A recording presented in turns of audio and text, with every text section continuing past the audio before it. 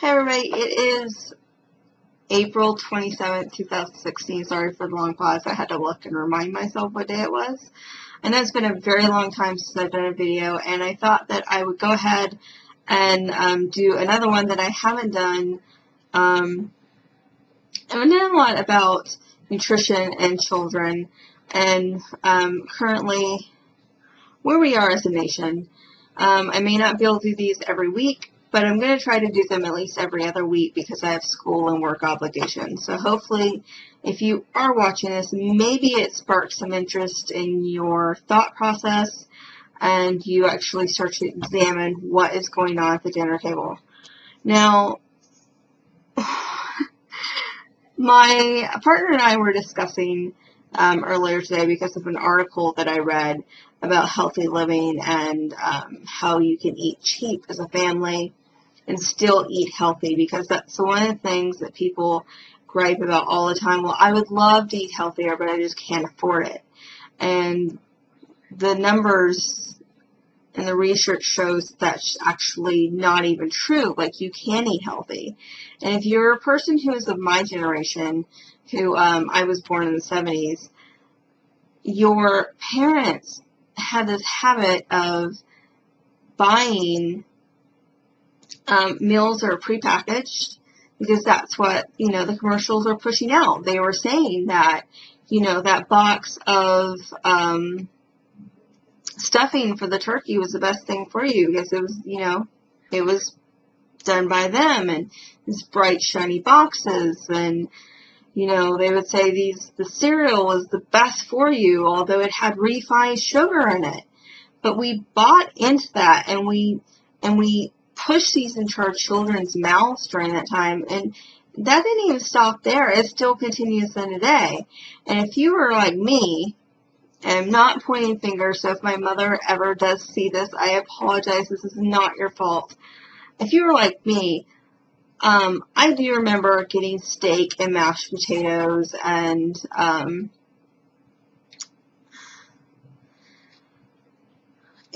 very salty food, and I remember everything was either covered in salt or some type of sugar, or it was covered in some type of dressing. Like, for example, when I had breakfast for the morning to run and catch the bus before I went to school, my mother would make me an egg over easy, and then she would stuff that inside 2 pieces of bread and then pour ketchup over it. So not only did I have like all those carbs and all those bad grains that were bad for you with the white bread, because it wasn't wheat bread. It was like bleached bread, but I had the sugar and the salt from the freaking ketchup that was on it. I can remember, and I love my mom's potato salad, but I remember her, putting so much salt and so much mayonnaise and so much extra sugar and stuff in there. When I mean by extra sugar, I mean like, relish and the salt from the pickles and everything else that went into her particular potato salad. And I still, to this day, if you set down a bowl of that in front of me, I would literally eat it like somebody who was on drugs, because my body was programmed to be addicted to what was in it. We had Special K cereal that told you that it was good for you, when in fact it had probably, if not the top 3, one of the top 10 cereals that had sugar in it. And we just ate this food because that's what we were told we had to eat. And it's no fault of our parents, to be honest with you. It was the fault of the advertisements. And they just assumed that's the way it needed to be. TV dinners were like the regular thing because it was so easy for you to like go buy a TV dinner and plop it down in front of your child, and then your child didn't go outside that much because they were sitting down eating this TV dinner in front of the television, getting addicted to not reading books and actually having to use their imagination, they were addicted to whatever was on that TV telling them that, oh, it's okay. And Saturday morning cartoons, don't even get me started. Saturday morning cartoons were like commercial after commercial after it either wasn't a toy, it was food products that you were told that you had to eat. And so you went out to your parents and you told your parents, hey, I really want to have this cereal. Probably not exactly like that because we didn't talk like that when we were kids, but you did. You told them, I really want to have that cereal. And so your parents were like, okay, well, I'll buy it. You know, that's what they want. It's what the kids are into these days. Not knowing all the pounds and the fat and the cholesterol and everything that they're packing in your body on a daily basis.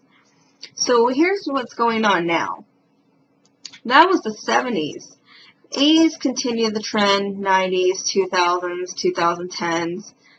Not quite as many food commercials. I don't see as much anymore. I see more car commercials where I live. But it's still continuing that trend.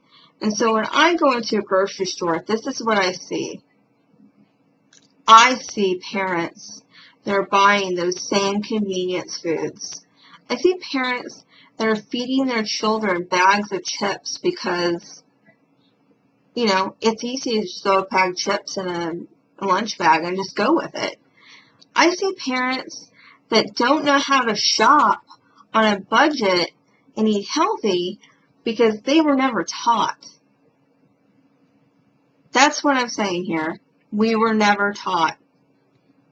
So from generation to generation, we passed it down that it was okay to open up that can of refined beans instead of making it ourselves and cutting out all the salt. It was okay for us to constantly make sandwiches out of white bread, or instead of using that, using like flatbread. There was nobody telling us that it wasn't okay. And this is kind of like my challenge to the friends and the people that I know, even people I don't know that are watching this video. Look at your cabinets. Look at what is going into not only your bodies, but the bodies of your children. And if you start to realize that every time you bring that child to a pediatrician, and the pediatrician is saying, well, you know, they're a little bit overweight for their age, and you're sitting there nodding your head and saying, oh, that's okay, we'll get it off next summer. And next summer doesn't happen because you're continuously doing that. I was a child in middle school and in high school that was overweight. I didn't lose that weight until I joined the military. And then once I got out, not knowing how to prepare my own foods the way I should have known, I made the same mistakes that my parents made on me.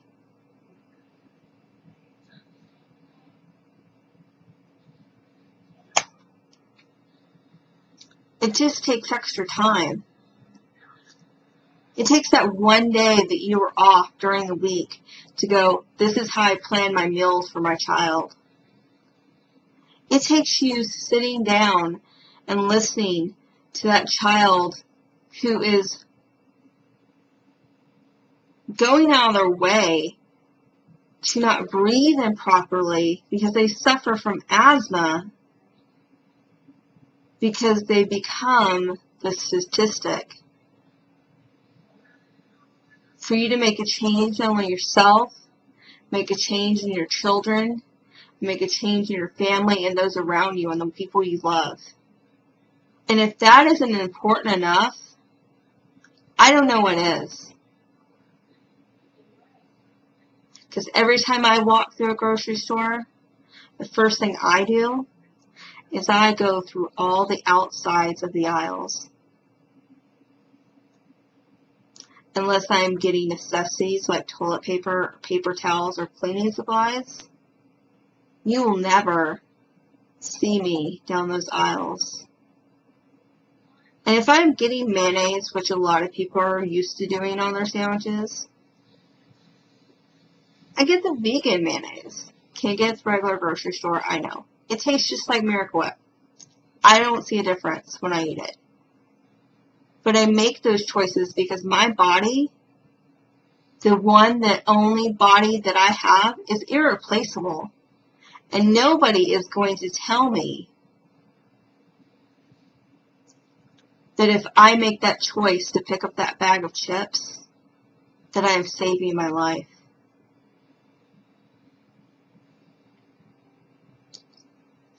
Just take a moment.